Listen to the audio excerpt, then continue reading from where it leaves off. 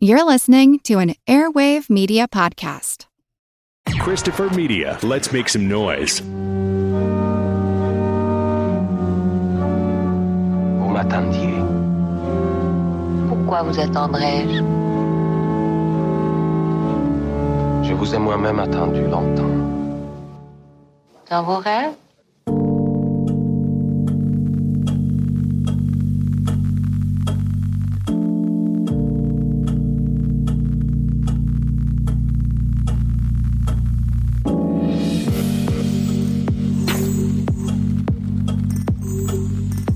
Je vous aimais. Je vous aimais. Je suis sûre que vous inventez.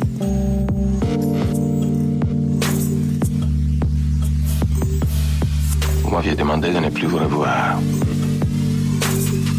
Oh, laissez-moi.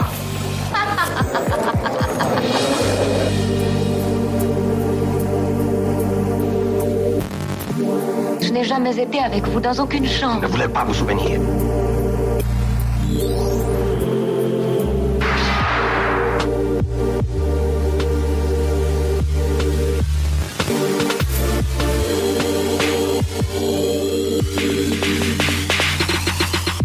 Eh bien, racontez-moi donc la suite de notre histoire.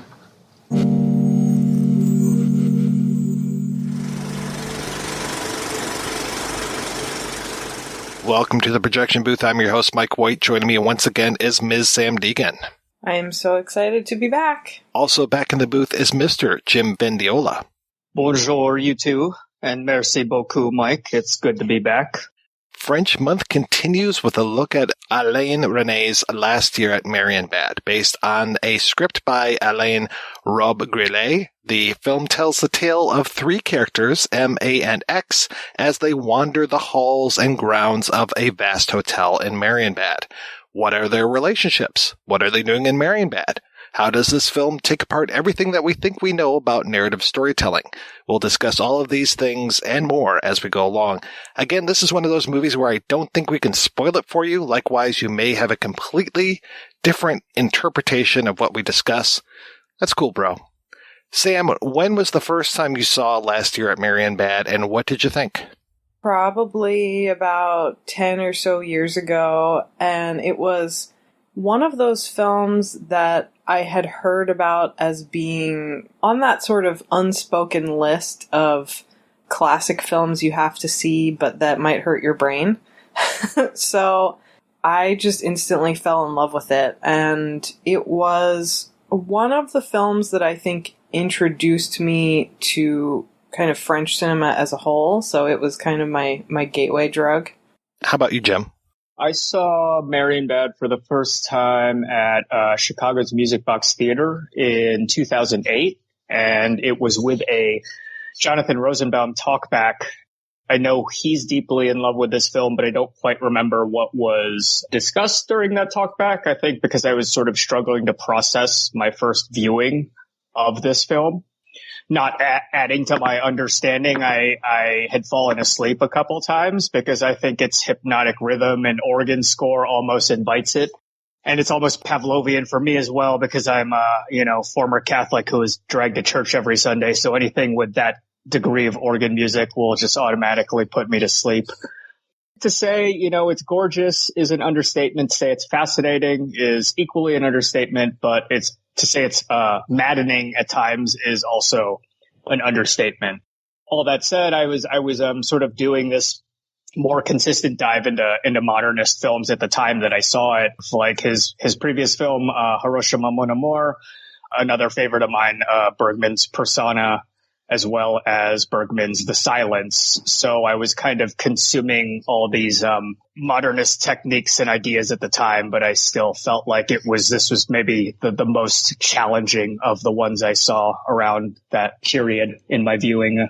I actually watched this for the show. I had never seen it before. It was one. Oh, wow. Yeah, it was one that I had really wanted to see and kind of was waiting for them to show it at the Detroit Film Theater or to have some sort of theatrical experience watching it because I really wanted that feeling of being locked in a room and having to pay full attention to this because I think the more attention you pay, the more you get out of it.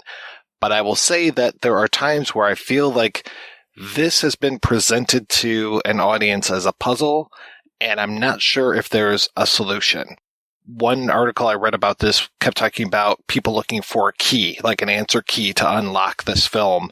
And I don't think that there is a key. And I think if somebody comes up to you and says, oh, I know exactly what's going on in this, and proceeds to pontificate to you all of the meanings of all of the things, they're probably full of shit. So just be warned if that ever happens. If you're at a cocktail party and someone wants to explain to you last year at Marienbad, you might want to look the other way and just go up and refresh your drink or something. Or just slap them. It's almost like we are the character of X constantly losing in the game of Nim.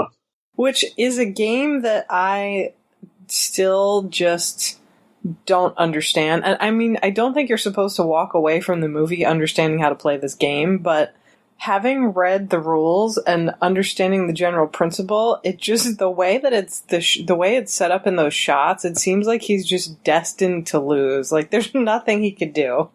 Yeah, it almost seems like X does not understand the rules, so he's just not really playing it strategically.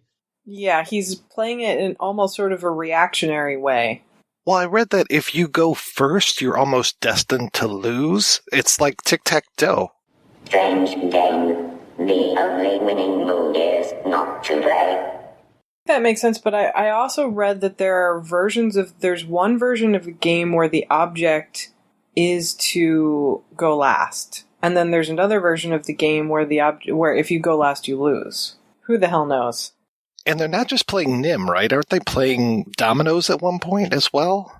Yeah, and there are cards, too. I think those all are technically Nim, just with different objects. That's sort of distinguished by all those objects kind of being arranged in the same triangular fashion. This is one of the movies where we are not going to go through this point by point. We're not going to try to encapsulate the plot for you because... Are you sure? I'm pretty darn sure. I think it's much better if we talk about patterns. You know, we've already talked about the game and that there's a game that comes back time and time again. There are snatches of voiceover that come back, and even that voiceover seems to get repeated at times as if the movie were starting over. There's also certain shots that we're going to see. We're going to see different motifs throughout this entire thing, and I think it would be better and more fulfilling for us to actually look at some of those things and just talk about that rather than try to say, well, this happens, then this happens, then this happens. I mean, you can go in and watch this movie. The first time I watched this, I did try to just put myself in a state where I was like, okay, I'm going to watch this as if this were a linear film, which is a mistake. But, you know, yeah. There is the idea that film is unspooling, or in the old days, it was unspooling, and I am there for a period of time sitting in a theater, sitting in front of a screen, and so I'm undergoing time that way. But then there is the way that time is being broken and splintered in the movie itself. So then, you know, I'm trying to experience one way the first time and then trying to put it together in a more linear fashion the second time. I'm not sure if either one of them was a really gratifying experience, but I'm going to not necessarily criticize this movie, but I'm going to say it's not the easiest film in the world, and it's not something that I'm going to go back to time and time again, but it was a lot of fun watching it the few times that I have watched it, and maybe I'll watch it. If it does come to the Detroit Film Theater, I would go and see it. I will probably revisit this maybe once every 10 years to see how I react to it. You have to understand, I think, when you approach this film, that it's not this sort of lighthearted linear narrative that I can't imagine anyone thinking, oh yes, one of my comfort movies is Marienbad, and I just throw it on. I just throw it on whenever I'm feeling bad. It's less about telling a story and more about examining issues of desire and memory and identity, and definitely those are themes throughout Renais' career, although I think he was a little more accessible most of the time than he is here.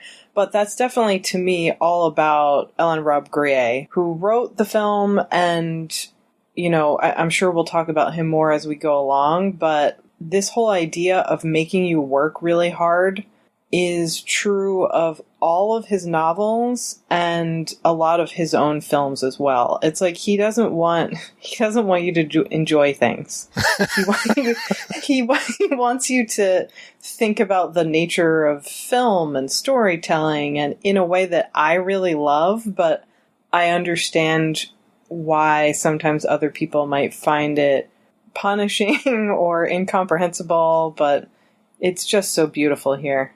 From what I understand, having not read any of his novels, but doing research for the show, is he's particularly punishing in areas towards women, which we kind of see here as well, which is kind of an interesting color when you think about his fascination or predisposition with like BDSM and how that might play into things we see here, as well as, things in the script that, Renais did not want in the film.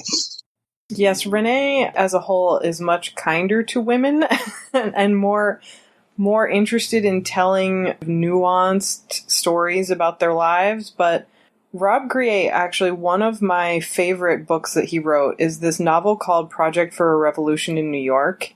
It's basically like the most extreme version of ideas presented in Marienbad, where you have characters. There are basically sort of three central characters who we meet again and again in different ways throughout these buildings in New York, but it's this like full out labyrinthine S&M fantasy where this main female character is tortured and killed in a variety of ways throughout the book. If you think of this as sort of the starting point and that as one of the ending points, you can kind of see how he developed his career, whereas I'm not somebody who is squeamish about sexual violence in film, but there's something about the way Marienbad is made that made me appreciate the fact that Renais really kind of held off on showing any kind of explicit scenes of rape that are just implied here. I think it's more powerful that they're just implied. Absolutely. And just reading a description of how Robbe-Grillet describes it in the script, it sounds very sexualized. The yes. way that X pins A's hands back and gags her with lingerie certainly sounds in the realm of, his novels. More than a lot of other collaborations between a director with a strong vision and a writer, this really feels like two people kind of meeting halfway. And I don't think of Robbe-Grillet as somebody who was very collaborationist. He, as a writer and as a filmmaker, although he definitely did collaborate with people, but he seemed very concerned with this idea of exploring his own fantasies, which you have all of these sort of male protagonists in his works who follow these very non-linear narratives. A lot of his stories are about this idea of exploring your own fantasies and what that means and how it relates to things like memory and reality and things you've actually experienced. So they seem to be very kind of self-focused or self-centered. And I don't say that in a negative way. It's just sort of what it is. Whereas Renais, I think if you look at things like Hiroshima Mon Amour and Muriel and a lot of his other early work, he seems to be interested in exploring those same themes, but as applied to groups of people, or at least multiple characters. He has this really fascinating way of showing the discrepancies between people's memories and experiences and how people kind of mentally process things.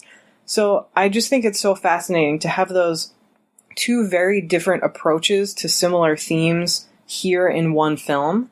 Renais is the obviously more humanistic of the two. Yes. And I also think, when he's not collaborating with Robbe-Grillet, you mentioned his earlier work and the work beyond that, like Muriel, he definitely wears his politics on his sleeve. And, I know that was something that Robbe-Grillet fought him on and, wanted to make this film very, very apolitical. It kind of stands out in Renais's oeuvre because of that. You know, it's sort of this weird little island. So many of those left bank figures, like Renais and Robbe-Grillet as well, and Marguerite Duras, who worked with Renais, they were all pretty political. Like, Robbe-Grillet very publicly was, you know, against the Algerian War, and it just, he's, I think, sort of, I don't want to say a rare example, but an example of the sort of left bank figure who didn't really want to include his politics in his work, whereas I think Duras and Renais, it was sort of foundational to who they were as artists. This work is so open-ended at times that I've actually seen people say that the A for the Delphine Seyrig character stands for Algeria. You know, so you can read this movie in a lot of different ways, but yeah, it's kind of nutty how many ways there are. I mean, I was reading one review that was just saying, well, this person says it's this, and this person says it's this, and it's an interesting work of art in that you can take so many things to it and read so many things into it. But at the same time, it also becomes then kind of frustrating because, like I said, you can meet people that will say, oh, well, it's obviously about this. I mean, obviously, all of the characters in this movie are ghosts who are inhabiting this hotel. And this is very much the inspiration for The Shining. I mean, look at the way that the camera moves into this room, and it's very much like the Gold Room and blah, blah, blah. And it's like, okay, sure, I'll buy it. That's fine. But you might also say that these characters that, the woman is a psychiatric patient and that X is her doctor and bringing her to this sanitarium where everyone is putting on an act and trying to get her to remember these horrible things that have happened to her in the past. Who knows? You know, this is what I like about this movie is that you can read so many things into it. They've sort of succeeded in their intentions in that regard decades later, right? Because, upon its release, they explicitly invited the viewer to, assign their own meaning to it. So it's almost this meta manifestation of the narrative in quotes there of, the actual film. If you're somebody who needs to find a set particular meaning in a film, then none of the left bank filmmakers are for you at all. And I mean, I would definitely include Chris Marker in that, Duras, Jacques Rivette, who is like sort of a left bank figure, or at least to me, he makes a similar type of film. I think the purpose of all of their films as a group is all about questioning narrative and meaning. I get that it's an instinct people have. These films can be really frustrating, especially this one, and I appreciate that people attempt to engage with it and try to understand it, but I find it so frustrating. But on sort of a similar note to the point you made about when the film came out, they invited people to derive their own meaning. I love that in press interviews, they frequently contradicted each other, which they do have pretty contradictory personalities and both very, very strong personalities. But I have to think that was some sort of intentional ploy, which is just delightful. Oh, it sounds like it's like the highest form of trolling they could have done at the time, right? It's like their own version of Nim. And disagreeing upon when events happened and where and, that kind of thing. Renais discovered the Surrealists when he was just a teenager, and for his entire life was really, really influenced by André Breton. And it seems like something Breton would do, which is to intentionally give you contradictory answers about his work or surrealism as a whole. And Dali was the same way. That approach to responding to media and journalists is something that's influenced a lot of filmmakers. Like David Lynch does the same thing, but I love that. It's like, this is not easy. You can't just sit here for 90 minutes and walk away. Like, it's going to frustrate you on purpose. Yeah, I kept thinking of the Andalusian Dog while I was watching this, especially the title cards, last spring, the next fall, all of these things are just like, okay, try to put these things in some sort of chronological order. Doesn't matter. Maybe. Who knows? And this whole talk of, well, last year we talked about this, the back of the video box description of this movie is a man and woman meet at a hotel, and the man tries to convince her that they had made plans the year previously, and she doesn't remember it. You can walk away with that if you want, but there's a little bit more to the story. Some people can read War and Peace and come away thinking it's a simple adventure story. Others can read the ingredients on a chewing gum wrapper and unlock the secrets of the universe. That's what I had read coming into this movie, and I was like, I don't think that you're going to find hundreds and hundreds of pages of notes and articles and chapters and all of these things just about a guy who's trying to remind a woman that they had met at a hotel the year before. It's a little bit more complicated than that. Maybe just a little. Which is funny because those are really the only things I think most people can agree on, but even those details are like very questionable once you start fucking diving into this thing. Yeah, there's a lot of times where I'm just like, okay, it feels like he's gaslighting her. They never met before. Or maybe he met someone that looks like her. I don't even think that they're in Marienbad sometimes. Sometimes the dialogue will be like, well, maybe we met at Marienbad. And it's like, I thought you were in Marienbad. Well, and that's another one of the amazing, I don't want to call it jokes, but for lack of a better word, one of the great jokes about this film is it's shot in all these beautiful palaces around Munich, but it's not shot in Marienbad at all. No. If you've got a date in Constantinople, she'll be waiting in Istanbul. Marienbad doesn't even exist at the time that this movie is made. It hadn't existed for 20 years at least. Sure. Yeah. Yeah, I think you have to be a sort of perverse kind of person to really love this film, because it just attempts to fuck with the viewer on so many levels.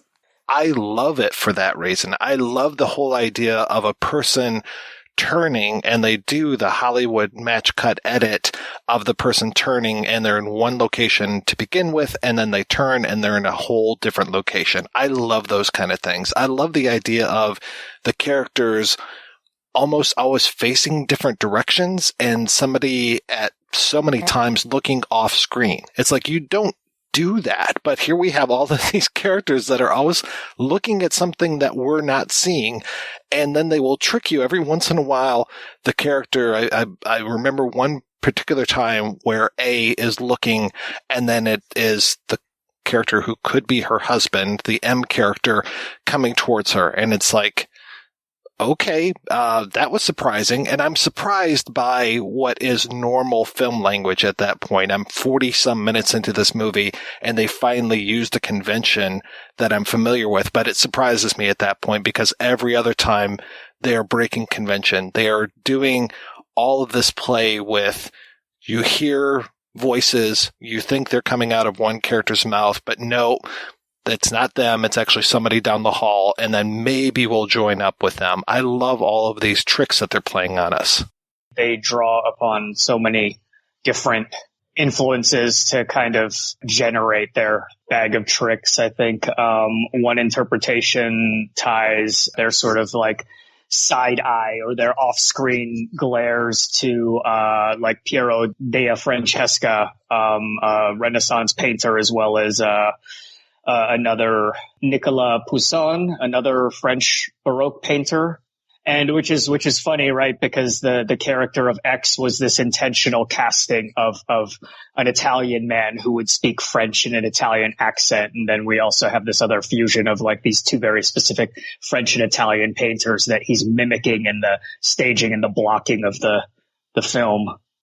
Which is one of the things that I love, because some of the criticism Renais got at the time was that this film is sort of too formal and stylized, and It has all these anachronistic elements, and it's too old-fashioned, like in terms of the setting and the costumes and those sorts of visual references. It's almost like some of that criticism seems to be saying, okay, because this is set in the past, and because these characters are ostensibly wealthy people, that this can't be revolutionary. And it's like, okay. Did we watch the same film? Well, yeah, when I think that, 400 Blows was 59 and Breathless was 60, and it's just like, oh, all right, this is right there as the new wave is starting, but this is playing with things way more than I would see early Godard. I mean, yeah, sure, there's jump cuts in Breathless, but I mean, this is like Godard 68, 69 kind of stuff that we're doing here, and it is way more revolutionary to me. Yeah, it certainly reminds me more of like a Persona from 66, where, you know, the film literally burns up before our eyes, and it sort of draws attention to the filmmaking in a very like specific kind of way. I love that Bergman comparison. Bergman was someone who often reminded the audience that the filmmaker cannot necessarily be trusted to tell a logical story or to tell a straightforward story. And I think he wanted you to question the sort of godlike power of the auteur. And Renais does the same thing, especially in a lot of his early films, where he tells you a story or presents you with something like a historical event, like in Hiroshima Mon Amour or in Night and Fog, but in a kind of subtle way also makes you question just the medium of filmmaking itself, which it's almost like I don't, like, I know his influences, but he seems to just have kind of come out of nowhere in a certain sense. It's amazing. I like that he's, even from the very first frames of the film, he is already fucking with us. The use of the music that we hear at the beginning, it's the same music that we're going to hear at the end, as if this movie just repeats. And it feels very much like the credits we're seeing at the beginning are the end credits, you know, even though they didn't necessarily have end credits at this point. But just that the way that he uses music in this, and that it has all this swelling violins and all of this stuff, and then it turns into the organ that we get throughout so much of this film, and that we even get shots of people playing string instruments, but then we're hearing the organ, and it's just this overpowering. I mean, Jimmy mentioned the whole idea. It sounds like this, you know, you're in this incredible Gothic church and just all of this organ music blasting at you.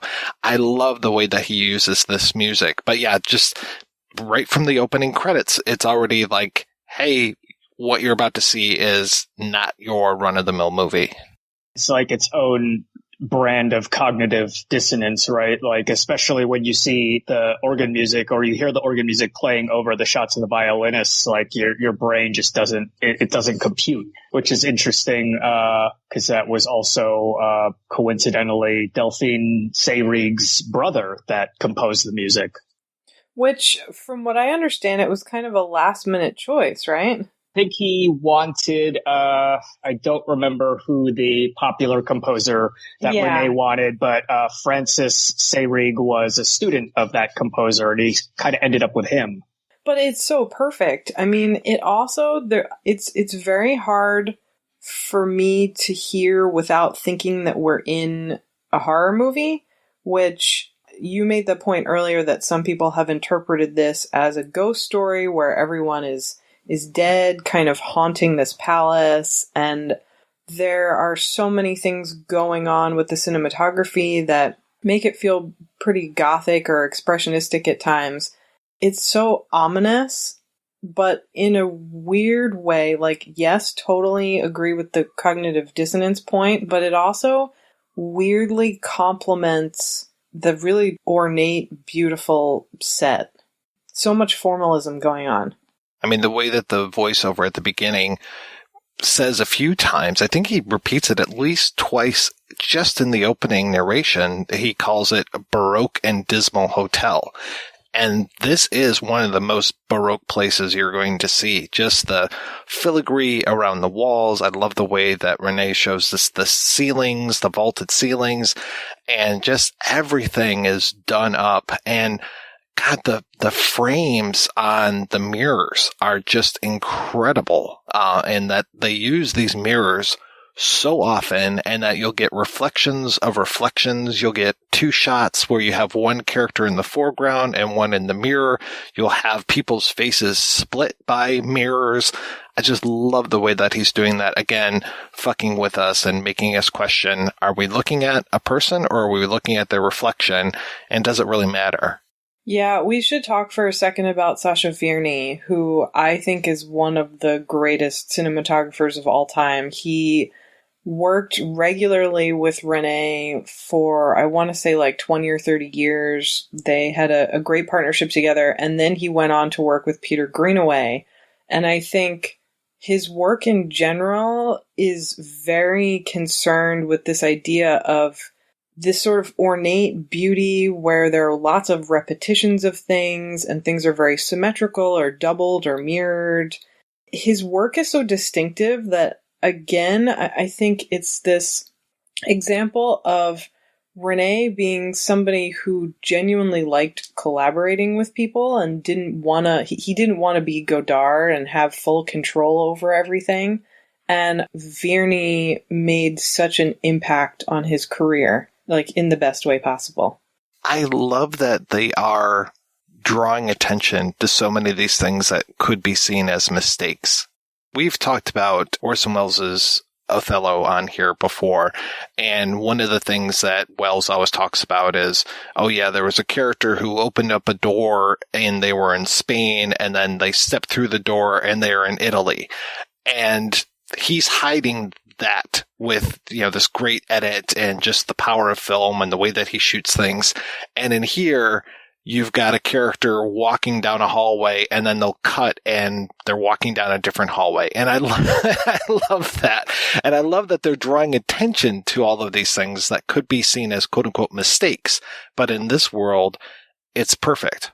Yeah. Again, it's kind of just like this modernist cinematic invention, where they were sort of like seemingly drawing attention to the filmmaking itself. Right. And then it's the kind of thing that sort of trickles down. And then, someone like Wes Anderson makes direct reference to it in like a Bottle Rocket or a Rushmore, where you kind of see Owen and Luke Wilson having these conversations, and then they're continuing a conversation while they're jumping a fence in a completely different part of, their environment. And then, we also kind of have these more subtle examples of it where I kind of, I'm struggling to think of one, but we have these other, sort of seamless edits where people are conversing and then magically move from one location to another. Well, I don't think you have Grand Budapest Hotel without having Last Year at Marienbad. No. Yeah, completely. Or even Darjeeling, the way they move through those, train cars. It's so fascinating to me because I think it sort of does two things at once, which is that whole idea of dissonance that you're talking about earlier, where it's constantly reminding you that even though this world is so absorbing and you're really struggling to figure out what's going on, it constantly is forcing you not to get lost in it and to point out those sort of mechanisms of filmmaking. But it also has this great surrealist quality that's almost kind of like magical realism, where it's like the Harry Potter school where a staircase will get bored of being where it is and just decide to move somewhere else. And it's so it's so jarring, but it's just so perfectly done here. Oh yeah, it's like the map of the garden that constantly moves around this hotel, right? And or their discussion about where the mirror was placed in her room. I did make a comparison to The Shining earlier, and it's not necessarily the shots of Danny going down the hallway, which is very similar to what we get with some of these shots of these hallways. It's more that moving picture, and it's also that picture always reminds me of the maze that we see, and it feels like you could get lost inside of this hotel very easily. It's not a maze outside necessarily, it's the maze is in the hotel itself. It has that same quality of the overlook where the inner space doesn't make sense, but in a perfect way. You know, that this is kind of a horror movie, kind of playing with memory. Where was I last time? Where did this move to? And it is wonderful that way. And Sam, you brought up the cinematography. I mean, this has some images that I have seen these images out of context so many times, especially the image of the ground where you have the people standing, those wonderful triangular or pyramidal shapes of the bushes, and then the people standing there with the painted shadows. That is one of those indelible images that just defines this film for me. Some of the images are so beautiful that it almost distracts you, and I'm sure this is intentional, but distracts you from the fact that the narrative itself is so kind of swirling and repetitive and disorienting. It's like it's hard for your brain to kind of focus on the film in the way you would focus on like a typical linear narrative film. You're being pulled in so many different directions between the music and those incredible shots and the sets that they chose. So many of these images, I think, could just be turned into stills and kind of left at that. And actually, we should talk for a minute about the cine roman, which is this idea of a novel that is also a film. And that's something that Robbe-Grillet was really interested in. I can't remember if I said this earlier, but he's part of this movement in the 40s, 50s, and 60s called the Nouvelle Roman, which Marguerite Duras was also involved in. And it was basically the literary equivalent of Marienbad in the sense that you have all of these writers who are attempting to kind of break apart literary form and play with it and question what it is and how it works. And so you have a lot of examples of novels where characters either are not given names, or like in the case of Hiroshima Mon Amour, they're just called he or she, or they have just an initial for a first name. But in terms of the way that he kind of moved from writing novels to making films, he also did these things called the cinema roman, which is sort of like the cinema novel or film novel. And so he would take these kinds of stills or storyboard images, or later on he worked with painting, and and I think like when you watch this film and you see how important some of these still shots are, to me it feels like that's something he's already doing in his head, and that Renais was able to pick up on and bring to life on screen in a way that I think is just so fascinating. I heard an anecdote about how the script supervisor had to create this really ornate graph of characters and locations because of how often we jump with both of them, and how it resembled something like Egyptian hieroglyphs. I looked high and low for that because I know they reproduced it in Cahiers du Cinema, but I could not locate that. When I was reading about that, it so reminded me of after a movie like Primer came out, where people would graph out all of the different time periods in Primer. And I kept thinking, God, if Marienbad had been released in 2019, imagine just like YouTube would explode, because so many people would have their different hot takes on what the movie is and try to explain it away. It'd be worse than, I mean, thank God Mulholland Drive came out in 2001 before YouTube was even around. I think it was 2001. But anyway, just thank God that we didn't have YouTube then, and thank God we didn't have YouTube for Marienbad, because it would just be a whole lot of horse shit going on. Sometimes cinema wears down a rut and falls in it, telling the same 6 stories over and over again. And that's when it's about time to shake things up. These are our top 10 favorite rule-breaking films of all time.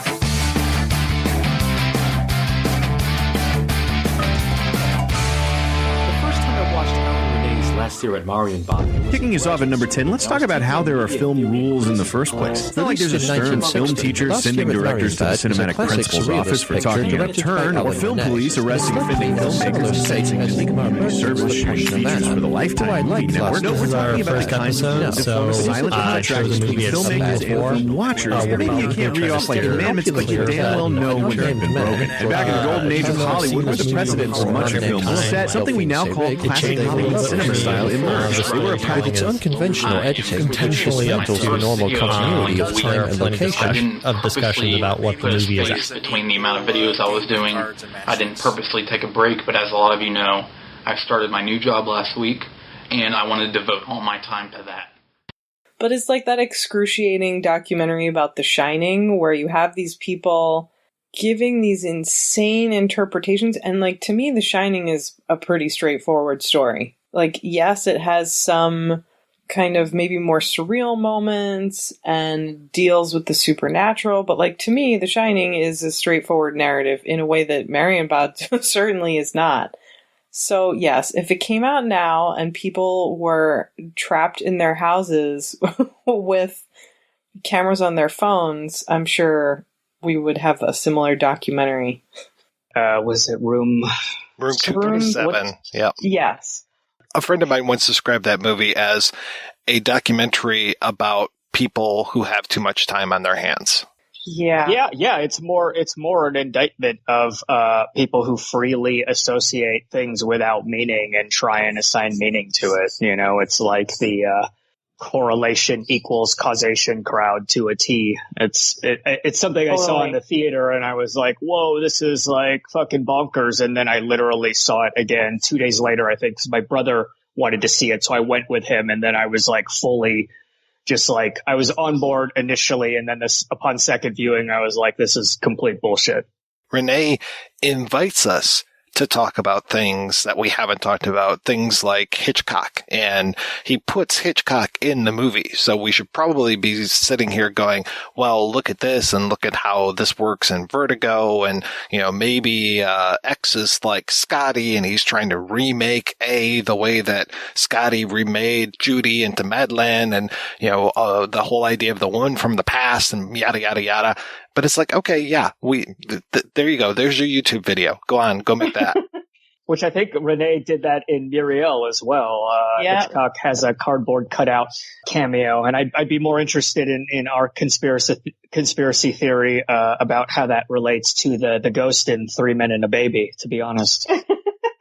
You know there would be some crazy person who was like, okay, actually, Hitchcock made this film, and Renais is just a cover, and here's how he lets you know. You know, people are fucking crazy. But I mean, to your point earlier, I've also heard those interpretations about how this is secretly a super political film that's all about the Algerian War, and I just don't see it. I mean, there are so many films that come in the wake of World War I and World War II that address this idea of collective trauma. And I think you could talk about Marienbad in that sense. But to say this is actually about how horrible the Algerian War is, and let me tell you all of the secret signs, it's just like, what? I was waiting for a numerological interpretation because I kept thinking, okay, well, A's got 3 points, M has 5 points, and X has 4 points. So, you know, we've got 3, 4, and 5. So now let's go through and start to interpret things. No, thank you.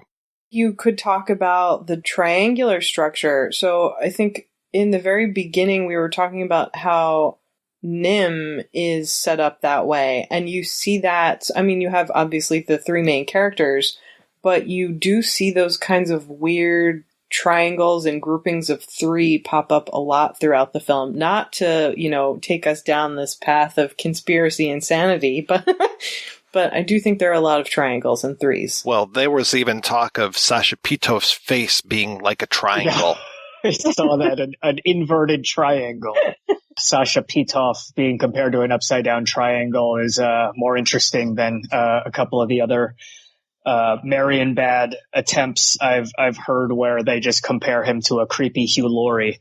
Oh, that makes me sad. I mean, I've also seen some people compare him to a sort of Nosferatu-like figure, and while I do think there are a lot of kind of subtle horror movie references, we've already talked about this, it just frustrates me so much because I feel like people pick up on these references or pick up on these kinds of visual cues, and then they just run with it. They can't let there be room for lots of different kinds of genre references or even artistic references. It just has to be one thing. That's not this film.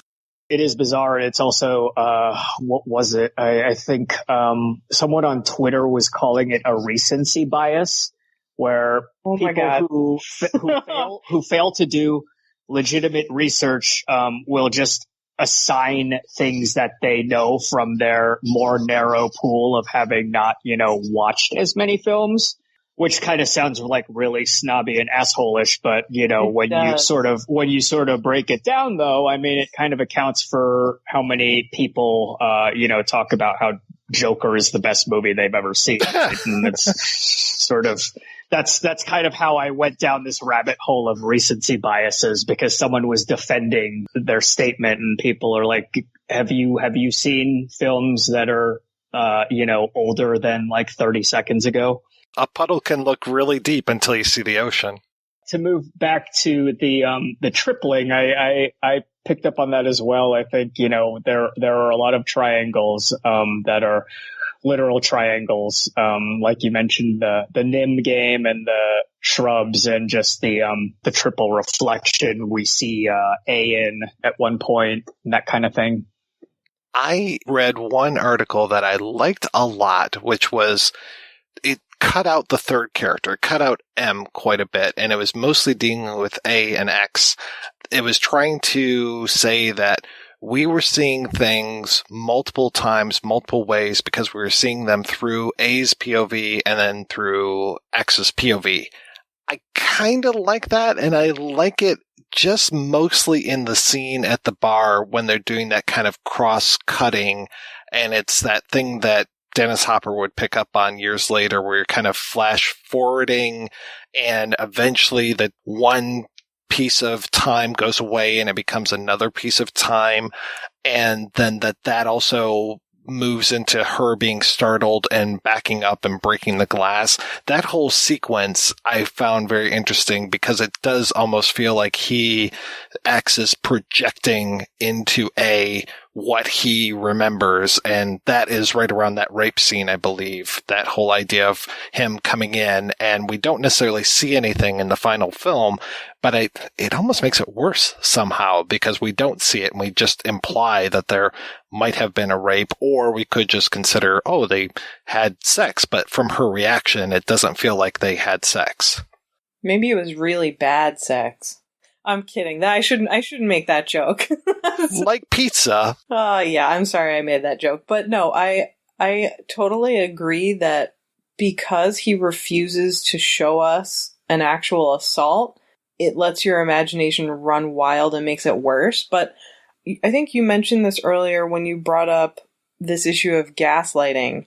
My favorite things about the film is the way in which it sort of questions the validity of our memories and how easily they're manipulated. And Hiroshima Mon Amour does the same thing, where it kind of has a relationship between this couple. For anyone who hasn't seen it, basically it's this post-World War II film about this French actress who was in love with a German soldier and they were going to run away together, but before they could, he dies, and she's terrorized by her village because after the war in France, even though pretty much everyone collaborated in some form, she's sort of turned into a scapegoat and imprisoned in a cellar and has her head shaved. And so she has these very traumatic memories of her lover dying and have her going through that.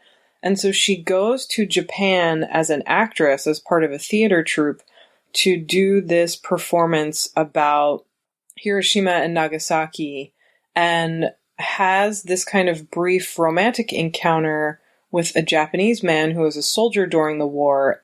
Like Marienbad, you have to watch the movie, it's probably several times to come away with that full plot. But it's the same sort of thing where they have all of these conversations where she says, I was here, I remember, and she clearly was not there when the atomic bomb was dropped. And he says, no, you weren't.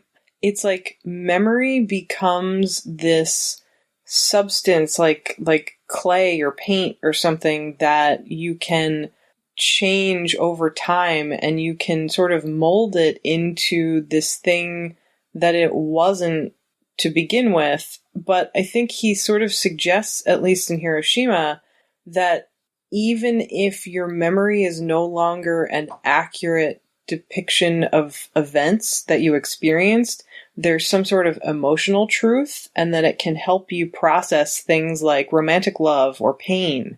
But I don't know that that's here. It feels kind of crueler. The relationship in Hiroshima Mon Amour is almost inarguably consensual. Yes, and I'm very passionate. Yes, it's super romantic the way that they play with memory, and that's one of the things I love about the film, is because it sort of plays with this idea of how nostalgia works and how we can't help but romanticize things, and how tragedy kind of bolsters that nostalgia in some strange contradictory way. And yeah, here we kind of have this heteronormative he said, she said kind of thing, especially if you read it through the lens of the film being about processing the trauma of an assault. And like you said, it is crueler in that way. Which I have to give full responsibility to that to Robbe-Grillet and not to Renais. Well, it's crazy, too, because I read this interpretation about how because Robbe-Grillet is so predisposed for things of a BDSM slant, that he proposed it as this triangle in which X remembers something that actually happened, but M is almost this puppet master who, with his wife A, orchestrated this sort of cuckold fantasy, and now they're sort of in the denial phase of it, where they're playing coy and acting like they don't know what he's talking about, even though they were basically in on this deception. But that seems far too consensual for, what we know about Robbe-Grillet and what you've sort of said earlier in this recording. Robbe-Grillet is one of those people who's so difficult to talk about in a way where I won't get myself into trouble or enrage someone. And I mean, obviously, I think his films are lots of trigger warnings. It's okay, Sam. Nobody listens to this podcast anyway. Okay, good. And plus, I think it's been well established that I've already been canceled, so it's like I can't be canceled any further than I am now. But I genuinely love Robbe-Grillet and a lot of his novels and his films in particular. And I do think what makes them so interesting is that they're just this kind of unchecked exploration of fantasy. In things like The Man Who Lies, which he made a couple years after this, he does look at ideas of consent and the way that two people in a couple contribute to a fantasy or shape a fantasy. So I feel like I just have to defend him for a minute, because one of his greatest collaborators was his wife, Catherine, who was involved deeply, still is involved, I believe she's still alive, really involved in this sort of underground BDSM scene in France, but wrote novels of her own accord and was in a lot of his films. It's not quite as simple as the way I phrased it earlier, where it's here's this guy who just wants to explore his rape fantasies. It comes across that way here, maybe because he was earlier in his career and was still kind of trying to develop things, if that makes sense. In terms of the defense, it's valid, and there's just having not read any of his novels, I think it makes sense that there's clearly nuance to it. It's just kind of the stuff that pops up when you research is sort of like romance sentimental, which I don't know if that one sounds like pretty much the opposite of other works. Yeah, that one is not where I would recommend anyone starts. Apparently it was like a career ender is what I read. I don't know if that's just hyperbolic or not. It's a little bit hyperbolic. I mean, I feel like it's along the lines of Peeping Tom, where it came out late in his career when his career was already sort of winding down. It is very sadomasochist, like it's very extreme. And the book that I mentioned earlier, Projects for a Revolution in New York, is also pretty extreme, as is something like his film Playing with Fire, which anything he made with Jean-Louis Trintignant, it maybe because of Trintignant's presence, it tends to have a little bit more whimsy or like dark humor in it, and so it doesn't feel quite like there are warmer moments. It doesn't feel quite as grim as Marienbad kind of does. But yes, he does have some pretty extreme sexual violence in his later work, even if it's just implied. I think either way, I'm grateful that that stuff is tempered by, Renais' humanism. Oh, same. And the fact that he chose to sort of take it in a different direction, I think it's definitely like critical to our enjoying this movie today still. I like those later films of Robbe-Grillet a lot, but if that element was allowed to flourish in Marienbad, it would be a very different film, and I think it would be a different film to the existing film's detriment. I'm glad you guys are saying this because I had felt like I was really reaching when I was thinking about all the times when the actors are in tableau in Marienbad and thinking of some of the shots in Venus and Furs where...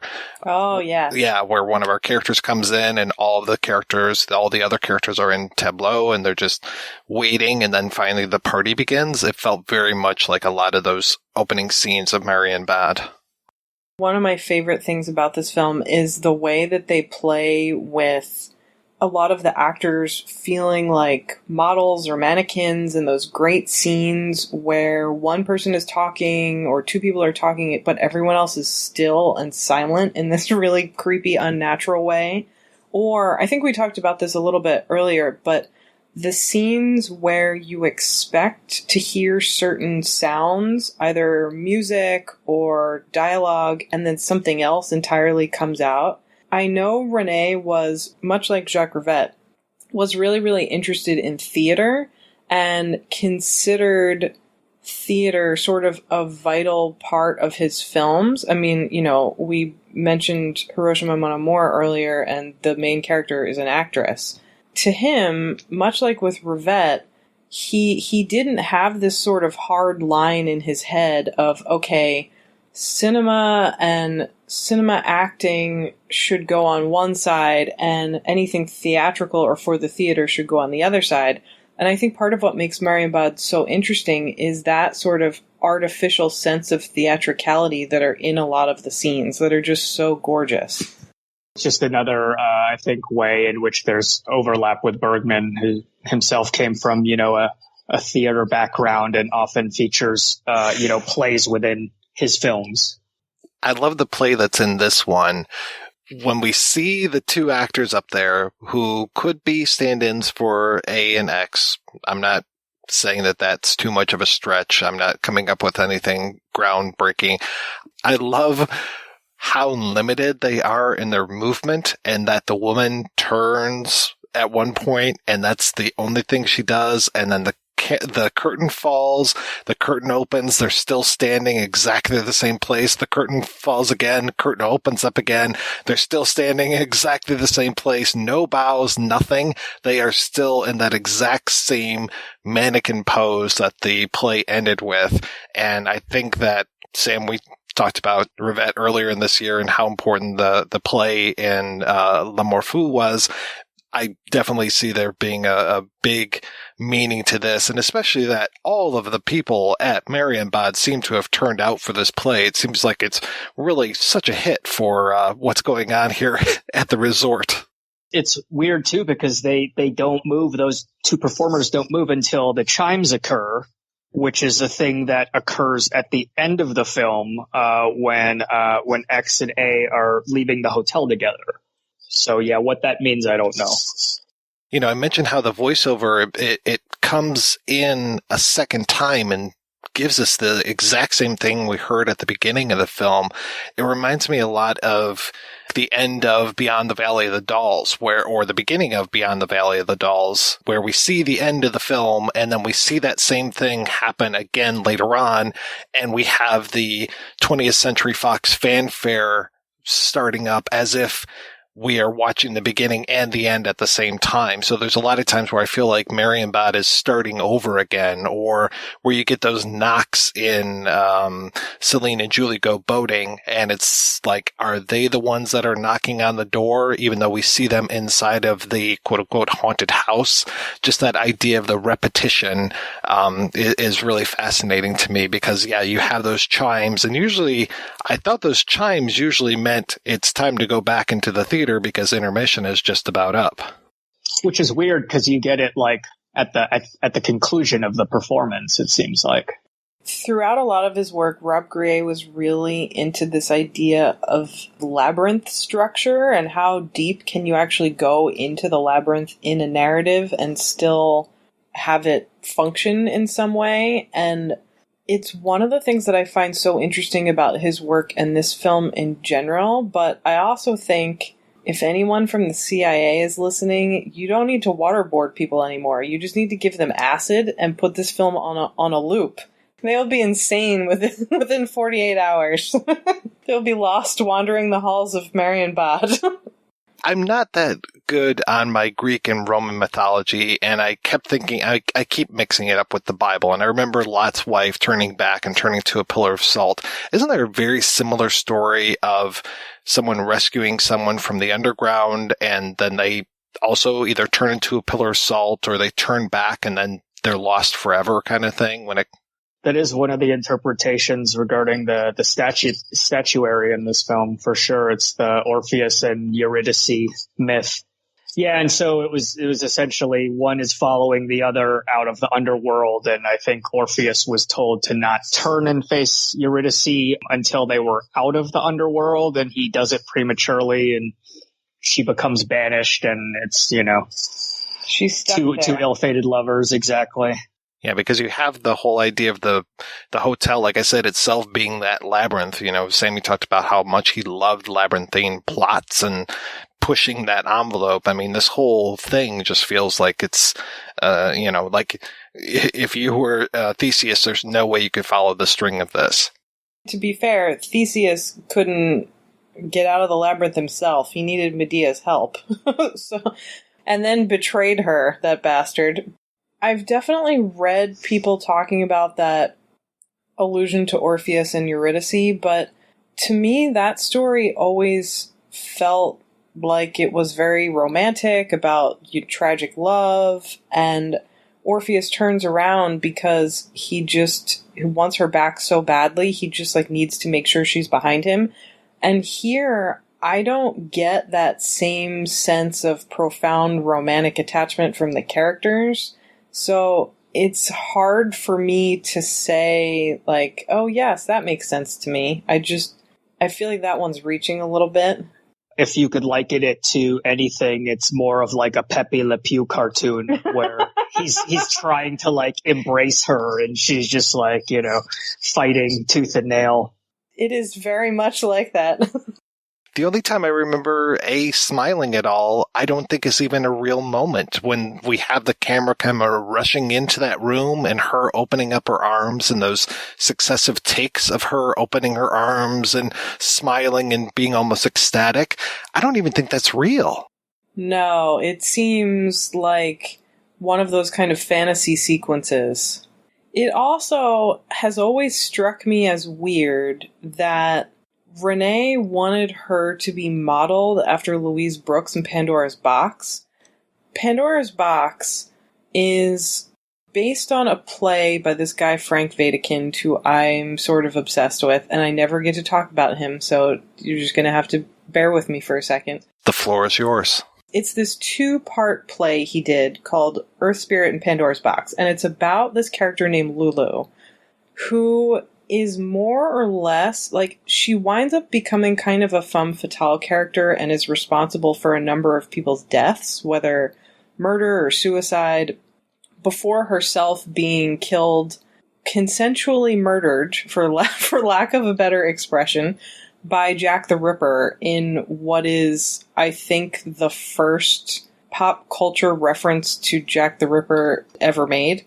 And the beginning of her story, though, it's all about different men in her life, shaping her to sort of be what they want her to be. And there are a lot of scenes where people will sort of tell her who she is or what she likes.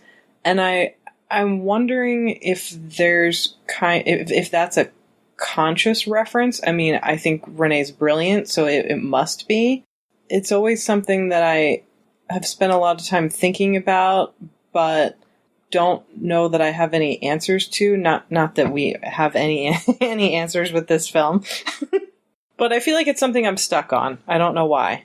In terms of the Louise Brooks reference, my understanding was his want on an aesthetic level for certain silent film era elements, like the costumes and the production design. And he even went so far as to ask Eastman Kodak to develop a special film stock with whites that bled. Which I love. I love the fact that he requested it and they're like, no, we're not doing this.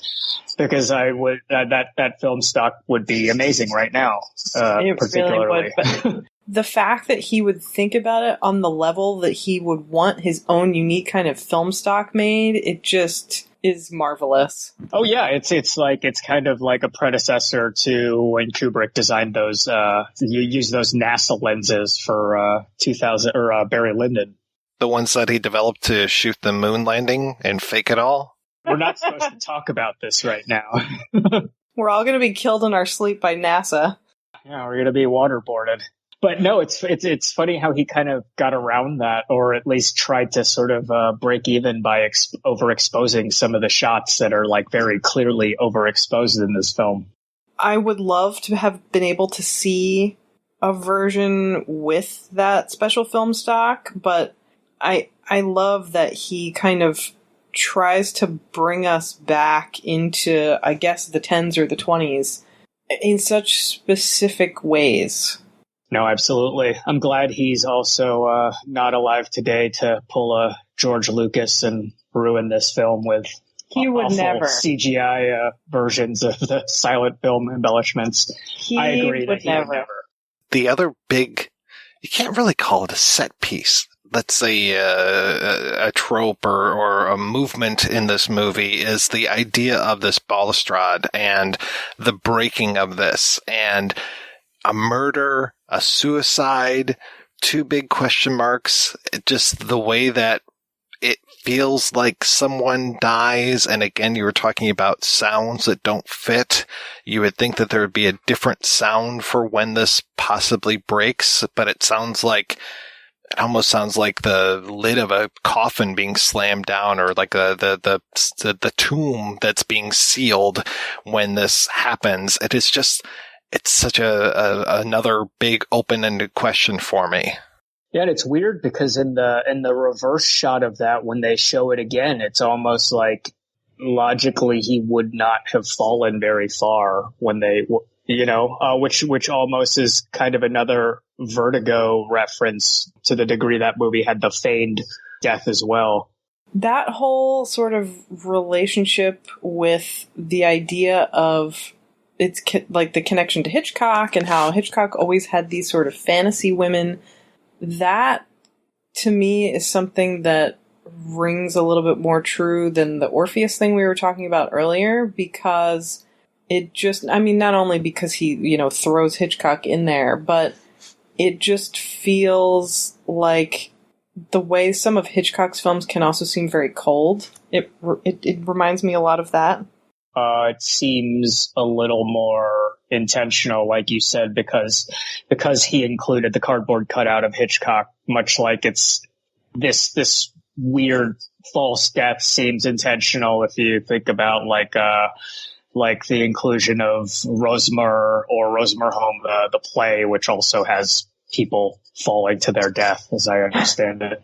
I've read a lot of debate as far as, is that the play that's being produced? And oh my God, just reading articles about this movie can be, like you said, a rabbit hole, all of these different things. I mean, this movie is such a Rorschach test when it comes to what do you see when you look inside of Last Year at Marienbad? What does that say about you?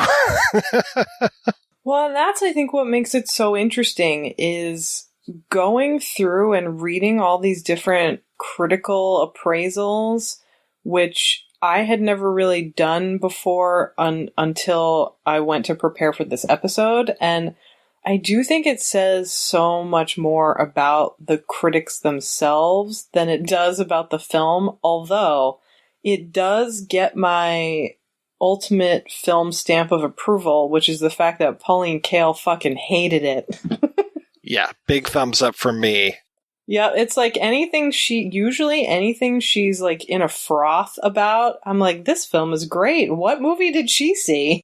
Maybe we should talk about the fact that Delphine is great in the film. It was one of the first films in her incredibly long and amazing career, but for reasons that I don't totally understand, I've heard that Robbe-Grillet didn't like her in the film or thought that she was poorly cast, and part of me thinks that the reason he felt that way is because he was really controlling and maybe wanted somebody who looked more kind of victim-like in the role, which she, I don't think, ever does in her career. But I just kind of wanted to know what you guys thought about that and about her.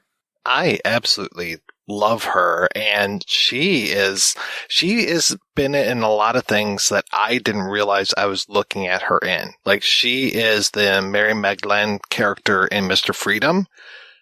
I mean, obviously she's wearing that huge red afro wig type thing in that, but I was just like, really? This is the same woman? This is the prostitute from the Milky Way? She was in Freak Orlando. I mean, she had a long career of being in some really challenging films, and she really impressed me in this, and I was just floored to find out that this was one of her first roles.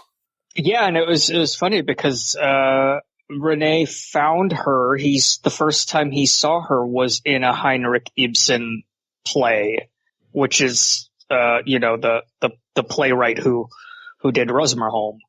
To start your career off with Ibsen, I I feel like indicates that you have some sort of ambition. I don't even necessarily mean ambition to become like a star, but ambition in terms of really wanting to kind of push the limits of your talent and your experience. And she just has such a crazy, amazing career and life story. I mean, I didn't know this, but apparently she's the niece of Saussure, who is a philosopher.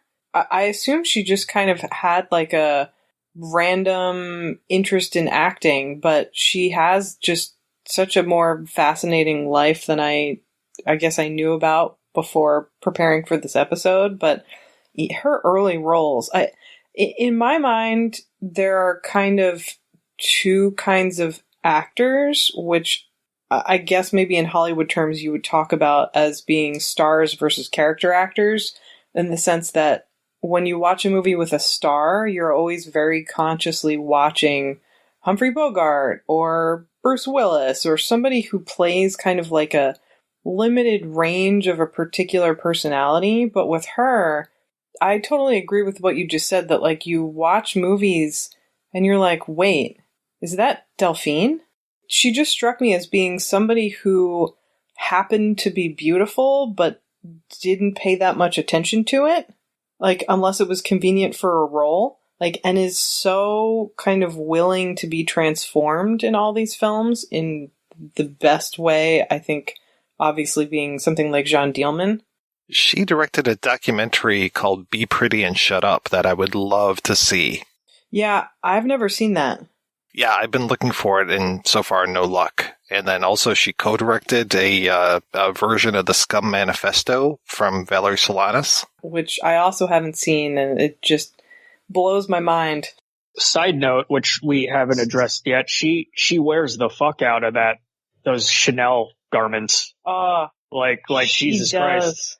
Yeah, that definitely is something that we should at least bring up, is the clothes in this. And like, I'm not somebody who is very fashion oriented. Like, I wear the same horror movie t-shirt and jeans every day of my life, but it's one of those things where I think I've become more aware of it the more that I've kind of studied and written about film, because they overlap so often, especially in the 30s, 40s, 50s. But it's just such like an effortless partnership. Like, the clothes complement the cinematography and the setting so perfectly. I feel like this is the sort of movie that I would recommend to somebody who was super into fashion, even if I knew they'd be frustrated by the narrative, because the clothes are just so beautiful. Yeah, and I think the fashion world has never forgotten it in that regard, right? Like Karl Lagerfeld, I think prior to his passing, was the most recent big name to like refer back to it. Yeah, didn't he do a whole show based on it? Yeah. Which is amazing that such a frustrating, difficult movie has had such a long, rich life of people who can't stop thinking about it. This is the second movie that I've talked about this year that has had a fashion show inspired by it, because the other one was They Shoot Horses, Don't They? Which, what? Yeah, it had a whole really? fashion show associated with it. Yeah. And this is also, so last week, Jim, we talked about Les Doulos, and Volker Schlorndorff is all over the extras that talk about this because he worked with Melville on that film. And this one, again, it's like Volker Schlorndorff is everywhere on the extras when it comes to last year at Marienbad. And I was so happy. It's like he's become my little personal guide, taking me through all of these French films. I'm just like, I'm kind of disappointed that like Corbeau next week, I won't have Volker to, walk me through what the behind the scenes production was like. Yeah, that's a little before his time. I almost feel bad because I love his work as a director, but he is, I don't want to say more valuable, but maybe equally valuable in being so willing to share his experience about being assistant director or just involved in some way with so many of these like really influential productions. It's like, you were that fly on the wall, buddy. Speak up. Yeah, his narration for, there's an extra called Souvenirs from Marienbad, where it's this 8mm film that was shot on the set, all this behind the scenes stuff. Just looking at the way that they are behind the scenes and seeing like the apple box that Delphine is standing on, and it almost makes her look like a chess piece because she has to be on this box as she talks to her co-stars. And it's just, I loved it. And I love that the footage looks like shit, so it has this kind of found footage quality to it. And then his narration, all in German, talking about how, oh yeah, and then we took a day and we went over to Dachau, and we didn't take any footage inside of Dachau, but here's us in the village. I'm just like, oh my God, this is amazing. And just to hear, he even says in the documentary how the footage finally got to him after all of these different people had it and went through so many different hands. That extra in itself is just, it's worth the price of admission. So there was not footage from their Dachau visit? No, there wasn't. Just from the town of Dachau itself. Ah, okay. They were nice and didn't take footage inside of a concentration camp or former concentration camp. They didn't leave a little note in the guest book that said Anne Frank would have been a believer. Regarding their proximity to Dachau, where they filmed this, I don't know that there is much allusion to that, except for maybe the pile of shoes we see. You talked a little bit, Sam, about Grillet being kind of a fetishist, and I was like, is this some sort of other thing going on here? But your interpretation, Jim, I really like that. It might be one of those things where, there's no foundation, so it might be kind of a reach, but, it's just sort of an assumption.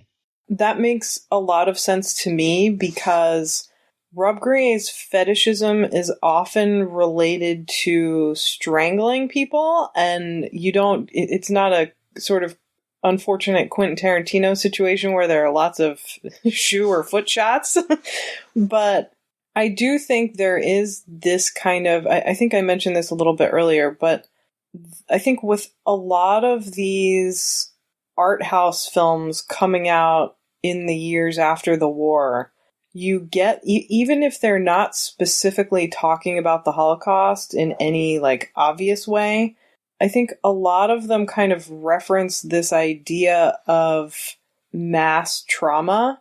And so you do have a lot of films that play with this idea of memory, and memory as being sort of important to healing from trauma, but memory as being unreliable. And so I think that whole thing with the shoes makes perfect sense. But I also love to read way too much into everything in my entire life. So who knows? Yeah, I mean, just thinking about Night and Fog as well, like it would make sense as well in terms of, like you said, this sort of alternative history and how we use memory to, sometimes overwrite things that actually happened.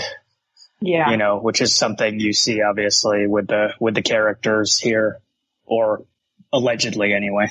Yeah, as I was reading about this last night, I had this flash about this movie called Where is Memory from 1992, which is about a man, this sleepwalker is what they call him in the film, and he's walking around different places in Germany, specifically Berlin, and he's taking footage, and even though he's in present or 1992 Germany, all the film that he's taking is showing what Germany looked like during the war, and especially during the rise of the Nazis. And so he will look at a place and then kind of contrapose that with, this is what it looked like when there was this huge swastika and the eagle and all of these things going on. And so, yeah, I don't think that we're reaching too much if all three of us are thinking along those same lines.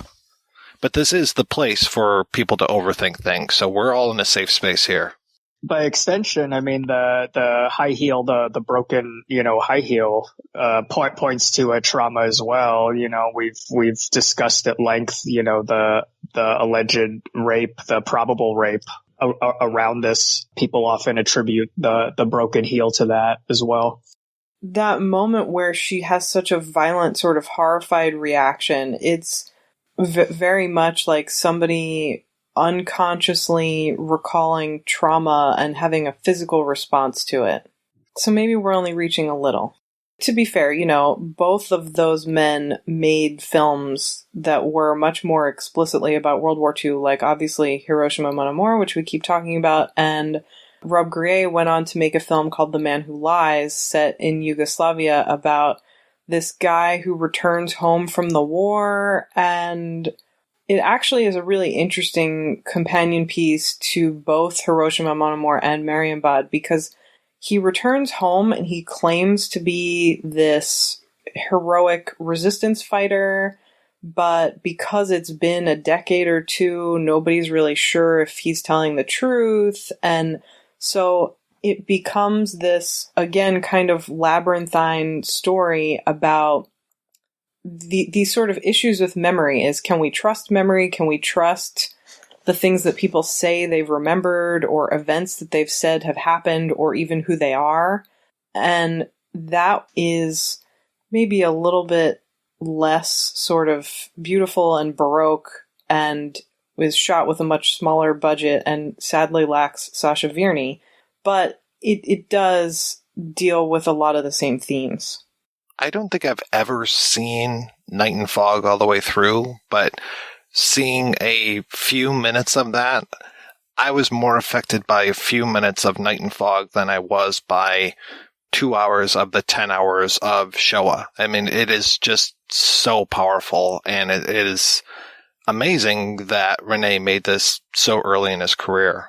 The thing that's a little frustrating about Night and Fog is a short film and is just sort of meant to say, here is this unresolved trauma, this horrible thing that happened that a lot of people still don't know the full facts about or haven't fully acknowledged.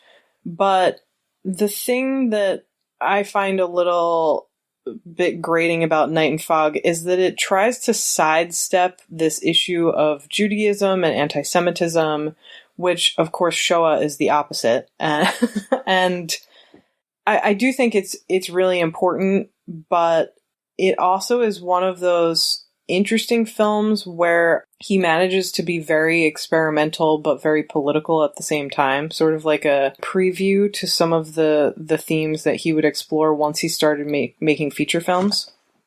What I remember most from Shoah is 2 hours of people explaining the finger across the throat thing, and that the narrator or the questioner never seemed to have ever heard of that before, so he has to have everyone explain it, and that he has to say the question, we have to get the translator translating the question, we get the answer, we get the translation of the answer back to the questioner, and then follow-up questions go on, and it's just like, guys, you could have cut this down to 2.5 hours, easy. You have to understand Claude Lanzmann, who he actually wrote this really great memoir called The Patagonian Hare that I would recommend people read maybe instead of watching all 10 hours of Shoah. But Claude Lanzmann comes across as this person who, and he was definitely loosely associated with Renais and a lot of those kind of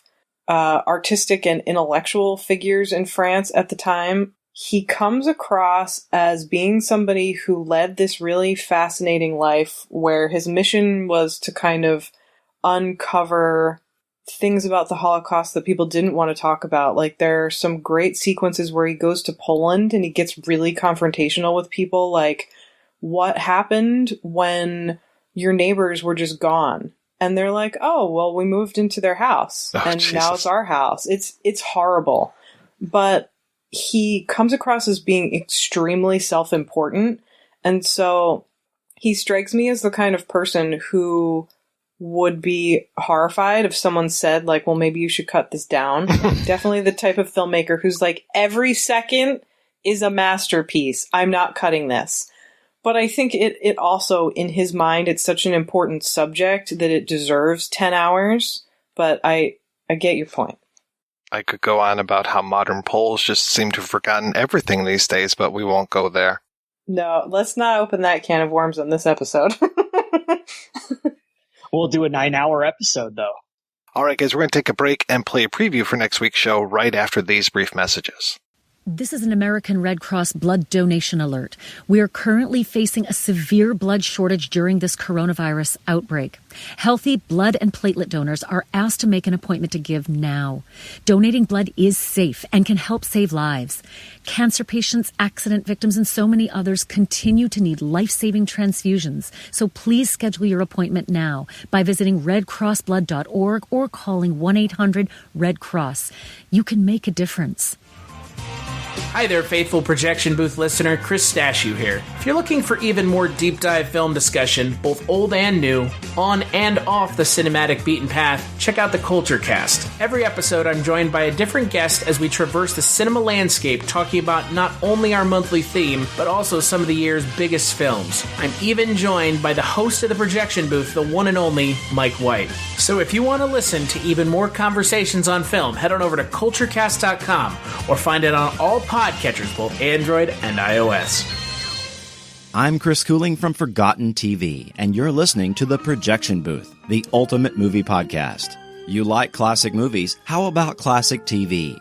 Over at Forgotten TV, I've covered everything from obscure Saturday morning TV to short-lived shows like Otherworld, The Phoenix, The Highwayman, and Cliffhangers. You can find the show over at Forgotten.tv or at all the usual podcast places. I hope you'll join me soon at Forgotten TV.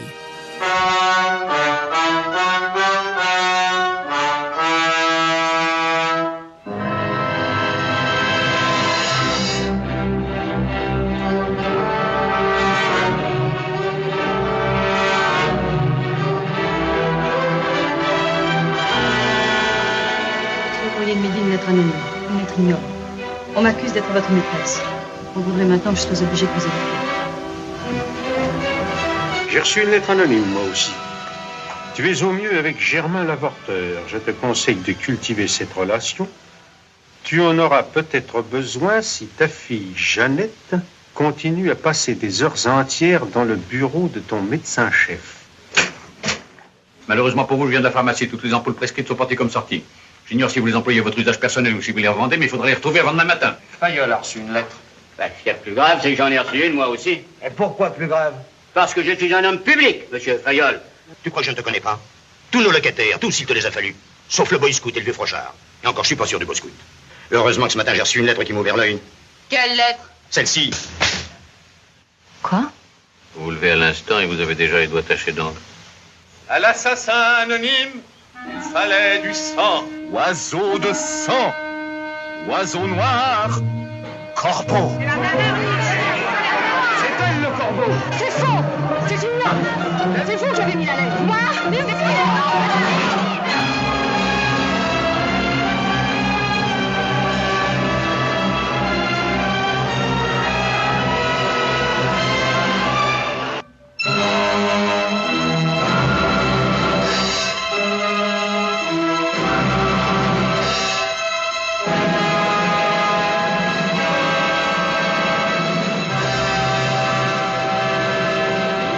Dites donc, au fond, le corbeau, c'est peut-être vous?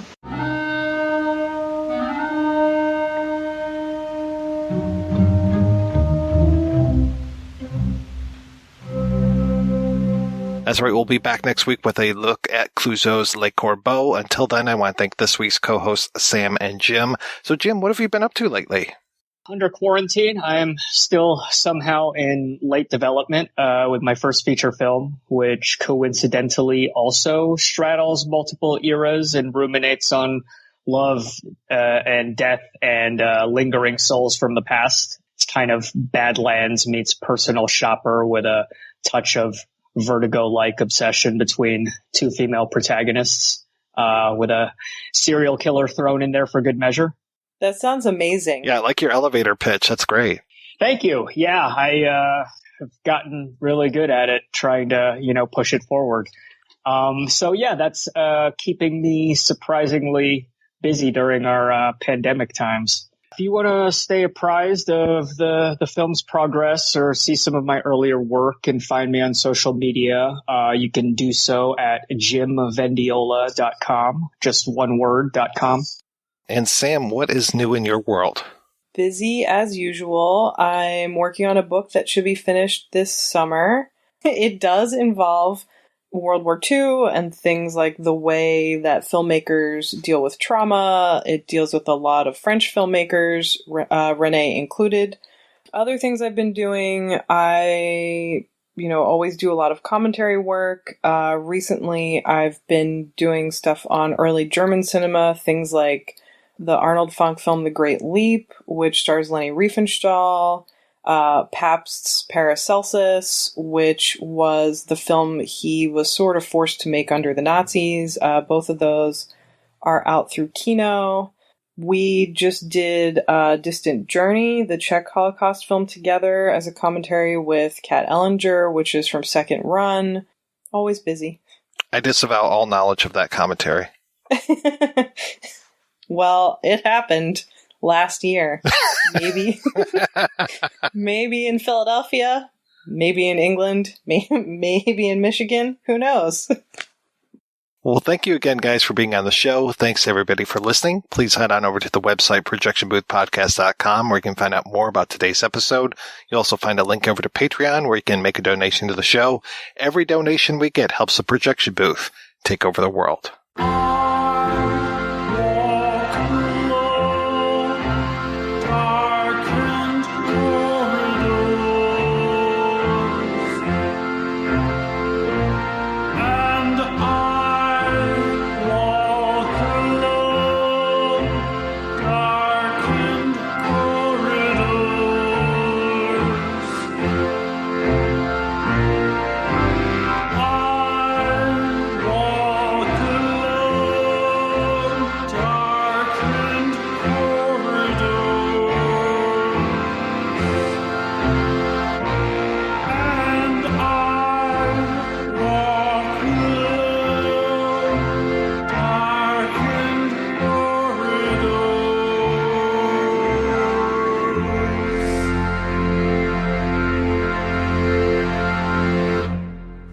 met at 9. We met at 8. I was on time. No, you were late. Ah, yes? I remember it well. We dined with friends. We dined alone. A tenor sang. A baritone. Ah, yes. I remember it well. That dazzling April moon. There was none that night, and the month was June. That's right. That's right. It warms my heart to know that you remember still the way you do. Ah, yes. I remember it well.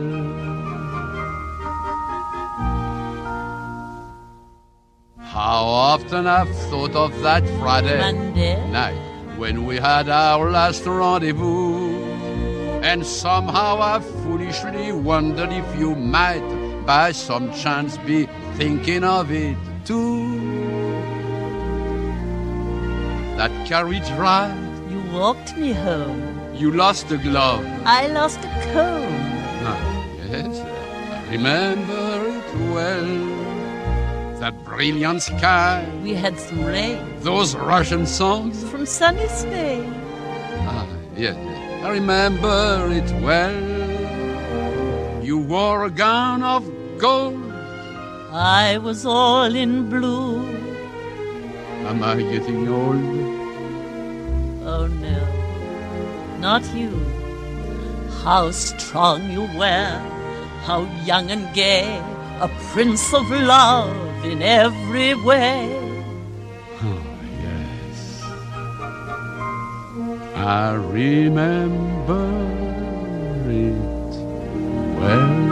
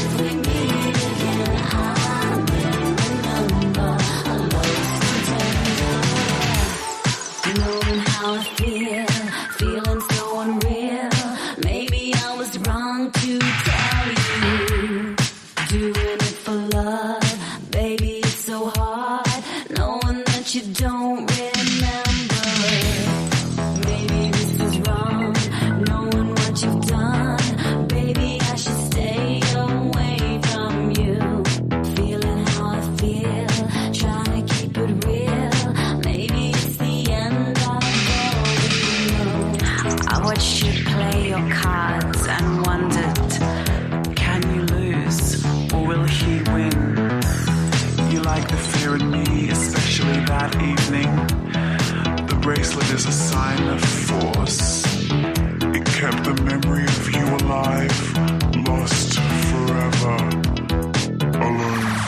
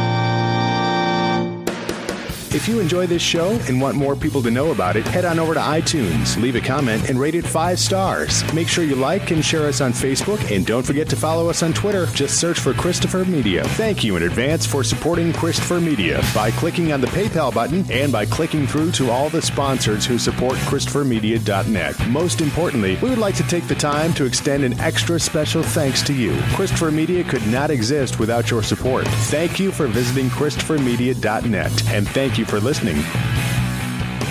Christopher Media. Let's make some noise.